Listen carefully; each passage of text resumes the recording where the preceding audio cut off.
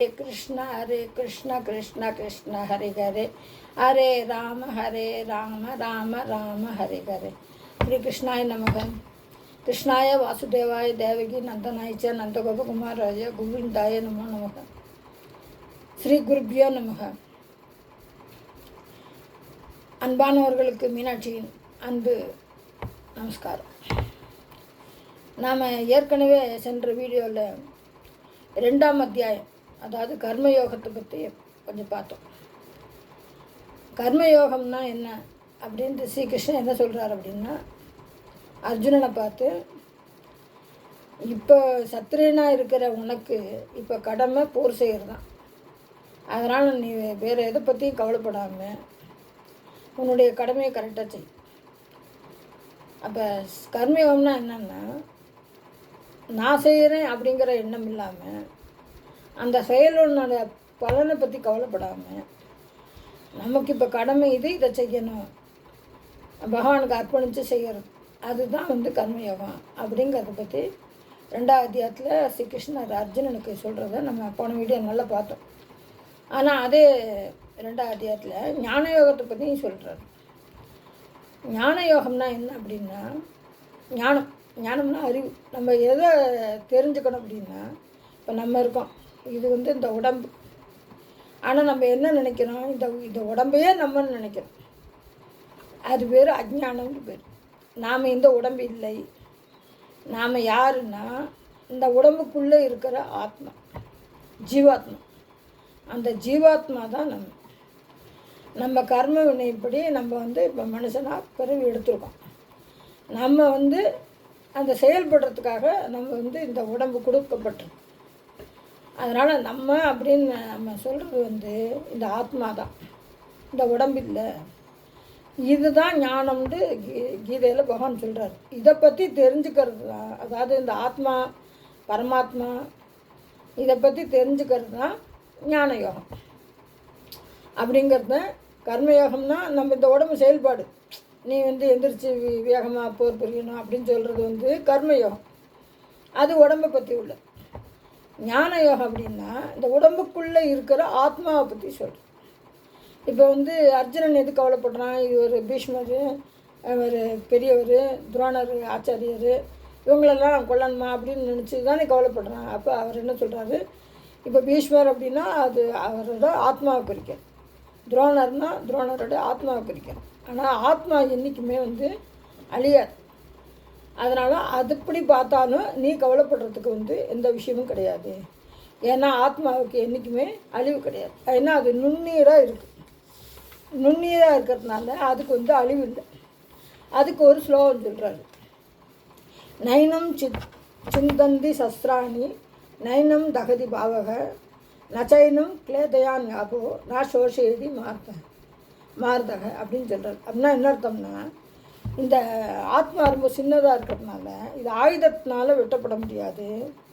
அதே போல் நெருப்பு எரிக்காது, நீரில் நனையாது, காற்றில் உலராது. இந்த ஆத்மா எதுவுமே செய்ய முடியாது. அப்போ ஆத்மா என்றைக்கு அழியாது அப்படிங்கிறது சொல்லி, நீ அதனால் இவர் போயிடுவாரா அவர் போயிடுவாரா அப்படின்னு நினைக்காத. அந்த உடம்பு தான் அழியும், அந்த ஆத்மா வேறு பிரிவு எடுக்கும். அவங்களோட புண்ணிய பாவ கர்மத்துக்கு தக்கபடி தேவனாகவோ விலங்காகவோ திரும்பி மனுஷனாகவோ அவரவர் பிரிவு எடுப்பாங்க. அதனால் நீ அதுக்காக கவலைப்படணுங்கிற அவசியம் கிடையாது அப்படின்னு சொல்கிறார். அதுக்கப்புறம் பார்த்தா, ஒரு ஆத்மா பிறவி எடுத்துருச்சுன்னா அந்த உடம்பு அழிஞ்சு தான் ஆகணும். பிறவின்னு ஒன்று இருந்தால் அதுக்கு முடிவுன்னு ஒன்று இருக்கும், ஆரம்பம்னு இருந்தால் முடிவுன்னு ஒன்று இருக்கும். ஆனால் இந்த ஆரம்பமும் முடிவும் இல்லாதது ஆத்மா தான். ஏன்னா இது பரமாத்மாவிலேருந்து வந்தது. பரமாத்மாவுக்கு அழிவு கிடையாது, அவர் என்றைக்கு இருக்கக்கூடியவர். அதாவது சனாதனா அப்படின்னு சொல்கிறது. அவர் என்றைக்கு உள்ளவர். அந்த பரமாத்மாவிலேருந்து இந்த ஜீவாத்மா வந்ததுனால இந்த ஜீவாத்மாவுக்கு அழிவு கிடையாது. ஆனால் ஜீவாத்மா பல பிரிவுகள் எடுக்கும். அவங்கவுங்க அந்தந்த பிரிவில் கர்மவினைக்கு தக்கபடி அடுத்தடுத்த பிரிவு கிடைக்கும். ஆனால் ஆத்மா இன்றைக்கும் ஒரே மாதிரி தான். 2வது அவர் என்ன சொல்கிறாரு, இந்த ஆத்மா அழியாது, உடல் அழியுங்கிறத காட்டலாம். உடலுக்கு மாறுதல் உண்டு, ஆனால் ஆத்மாவுக்கு என்ன கிடையாது, மாறுதல் கிடையாது. அது ஒரே மாறுதல். இப்போ இந்த உடல் குழந்தை பிறக்கிறது, அது சின்ன குழந்தையாக இருக்குது. அப்புறம் பெருசாகுது, ஒரு பையன் அந்த ஸ்டேஜில் வருது, அதுக்கப்புறம் கொஞ்சம் பெரியவனாக போகணும், அப்புறம் வயசான வருது, அப்புறம் கிழவரம். இந்த மாதிரி வந்து உடலுக்கு வந்து இந்த அந்த வருஷம் ஆக ஆக வயது ஆக ஆக அந்த மாறுதல் இருக்கும். ஆனால் உள்ளுக்குள்ளே இருக்கிற அந்த ஆத்மாவுக்கு எந்த மாறுதலும் கிடையாது. அதுக்கு தான் என்ன சொல்கிறேன், அதுக்கு ஒரு ஸ்லோகம் சொல்கிறாரு, தேகினோஸ்மின் யதா தேகே கௌமாரம் யவ்வனம் ஜரம் ததா தேகாந்திர பிராப்தி தீர்ஸ்தத்த முகைதி அப்படிங்கிறாரு. அதாவது இந்த ஒரு குழந்தை இருக்குது, நம்ம நல்லா பிரியமாக வளர்க்குறோம், அந்த குழந்தை விளையாடுறது சிரிக்கிறது எல்லாம் பண்ணுறது, அப்புறம் அந்த குழந்தை வந்து பெருசாகிடுறது, பையன் ஸ்டேஜுக்கு ஸ்கூல் போகிற ஸ்டேஜுக்கு வந்துடுறது. அந்த குழந்தை காணுமேன்னு நம்ம அழுகுறோமா, அந்த குழந்தை பருவமே இல்லை, பார்க்க முடியாது. இப்போ குழந்தை வந்து பையனாக போயிட்டான். அதே போல் இந்த பையன் ஸ்கூல் போய் 5வது 6வது படிச்சுட்டு இருப்பான், திடீர்னு அவன் வந்து +2 அந்த மாதிரி படிக்கும்போது அவன் பெரிய பையனாகிடுவான். அந்த சின்ன பையனை காணுமேன்னு நம்ம ஒன்றும் அழுகிறது இல்லை. அதுக்கப்புறம் அந்த பெரிய பையன் ஆன பிறகு அவர் வந்து கல்யாணம் ஆகி அவர் கொஞ்சம் வயசாகும்போது 40 வயசு 50 வயசு இந்த பையன் உருவமே இல்லாமல் போயிடும். இன்னும் கிழவராக போயாச்சு, 60 வயசுக்கு மேலே போயாச்சுன்னா இந்த பழைய உருவமே இருக்காது. அப்போ வந்து அதை காணுமே, அது பார்க்க முடியலேன்னு நம்ம ஒன்றும் அழுகிறது இல்லை. அது மாதிரி நமக்கு ஒருத்தர் ஆயுசு முடிஞ்சு போச்சு அப்படின்னா அந்த உடம்பு அழிஞ்சு வேறு இதாக போயிடும். இப்போ இதுக்கெல்லாம் நம்ம வந்து ஏற்றுக்கிறோம், குழந்தை பருவம் இப்போ இதாக போயிடுறது, அப்புறம் வந்து வாலிப பருவம் ஆகிடுறது, அப்புறம் வயோதிக பருவம் ஆகிடுறதுங்கிறத ஏற்றுக்கிற மாதிரி அந்த அந்த பிரிவு முடியறதையும் நம்ம ஏற்றுட்டு தான் ஆகணும் அப்படின்னு சொல்கிறார். அதான் இந்த கௌமாரம்னா இளமை பருவம், இது சின்ன குழந்தைது, யவ்வனம்னா இளமை பருவம், ஜரானா வயதாக பருவம். இப்படி வந்து இந்த உடம்புக்கு தான் மாறுதல் இருக்கே ஒழிஞ்சு ஆத்மாவுக்கு எந்த மாறுதலும் கிடையாது. ஆத்மா இன்றைக்கி ஒரே மாதிரி இருக்கும். அந்த ஆத்மாவை அழிக்க முடியாது, அதை வெட்ட முடியாது, எரிக்க முடியாது, ஆத்மாவுக்கு எதுவுமே செய்ய முடியாது. அதனால் நீ அவங்களெல்லாம் அழிக்க போகிறோன்னு நீ நினைக்காத, யாரையுமே உன்னால் அழிக்க முடியாது. உடல் நீ அழிக்காட்டெல்லாம் அதுக்கு வயசாகும்போது அது தன்னை போல் அது அழிஞ்சும். அதனால் பிறப்புன்னு ஒன்று இருந்தால் கண்டிப்பாக இறப்புன்னு ஒன்று இருக்கும், அதை நினச்சி நீ வந்து கவலைப்படணுங்கிற அவசியம் கிடையாதுன்னு சொல்லிட்டு அர்ஜுனனுக்கு தேர்தல் சொல்லும்போது இந்த ஆத்மாவை பற்றி விளக்கத்தையும் அவர் வந்து சொல்கிறார். அதுக்கப்புறம் இன்னொரு விஷயம் என்ன சொல்கிறாரு அப்படின்னா, இந்த பிறப்புலேருந்து இறப்பு எப்படி வருது அப்படின்னா, இப்போ நம்ம ஒரு சட்டை போட்டுருக்கோம், ஒரு ட்ரெஸ் போட்டுருக்கோம், அது பழசாக போச்சு, அது பழசாக போச்சுன்னு நம்ம அதை தூக்கி போட்டு புதுசு வாங்கிக்கிறோம். அதுபோல் இந்த ஆத்மா வந்து இந்த உடல் வந்து பழுது போட்டுருச்சு, இல்லை வயசாச்சு அப்படின்னா இந்த உடல் வேண்டான்னு சொல்லிட்டு அது வேறு உடலை தேடி போய்ட்றது.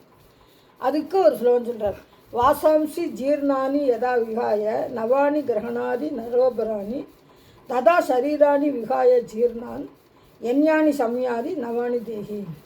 எப்படி நம்ம வந்து பழைய சட்டையை அணிஞ்சு புது சட்டையை நம்ம போட்டுக்கிறோமோ அதுபோல் இந்த ஆத்மாவும் இந்த பழுதுபட்ட இந்த உடல் வேண்டாம் அப்படின்ட்டு அது வெளியே போய் வேறு புது உடலை தேடி போயிடுறது அப்படின்னு சொல்லுவோம்.